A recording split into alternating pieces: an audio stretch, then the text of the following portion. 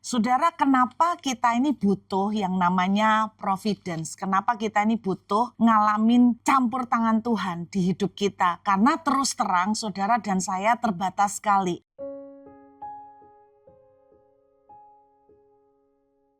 Saudara, beberapa minggu lalu saya hadir di satu persekutuan doa ya. Nah, persekutuan doa ini terkenal sebagai persekutuan doa yang cukup ngeroh, cukup profetik. Saya tuh seneng kalau pas ngisi firman di persekutuan doa ini karena saya merasa bukan cuma saya yang bagiin firman, tapi saya juga dapat sesuatu dari mereka. Nah, saya tanya pada waktu saya mau masuk, saya tanya begini, apa pesan Tuhan lewat PD di tempat ini? Lalu mereka menyebut dua kata, yaitu namanya divine connection. Divine connection itu artinya connection itu koneksi ya, pertemuan. Pertemuan, perjumpaan. Divine itu ilahi. Jadi adalah artinya pertemuan ilahi. Maksudnya itu gini, ada perjumpaan atau pertemuan yang tidak kita atur, yang di luar kendali kita, tetapi ada tangan Tuhan yang ikut campur di dalamnya. Dan yang menurut saya divine connection itu juga mempunyai mirip pengertiannya dengan providence, campur tangan Tuhan dalam kehidupan seseorang untuk menolong, untuk memelihara, untuk menyediakan.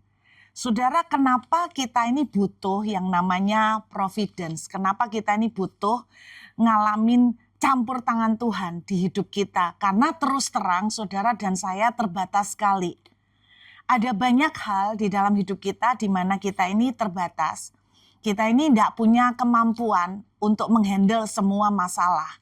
Dan kita ini benar-benar membutuhkan yang namanya pertolongan supranatural. Setuju enggak? Ada masalah di dalam kerjaan di mana saudara dan saya terbatas untuk kita mengatasi. Ada masalah-masalah keuangan di mana saudara dan saya juga terbatas untuk menghandle.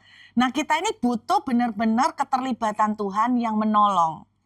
Satu kali saya mendengar seseorang itu cerita bagaimana dia bekerja di properti, saudara. Dia bekerja di properti. Nah, sekarang kita semua tahu bekerja di properti itu sekarang dalam kondisi yang lesu ya. Katanya susah sekali orang menjual rumah.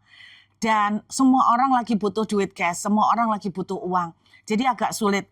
Tetapi ada satu teman yang bergerak di properti ini ajaib gitu loh. Nah, dia itu bercerita bahwa dia mengalami sesuatu yang tidak masuk akal, sesuatu yang memang tidak normal dengan kondisi inflasi seperti ini. Dia justru bisa melakukan penjualan yang sangat luar biasa, dan properti yang berhasil dia jual, dia bilang begini, anehnya ya Bu, saya bisa menjual properti itu dengan kemudahan sekali, dengan kemudahan yang luar biasa. Nah, ini yang saya bilang kondisi kita tuh terbatas.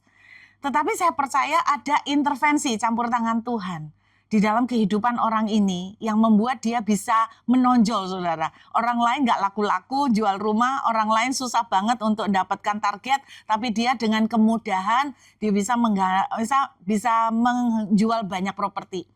Ini yang saya sebut dengan providence.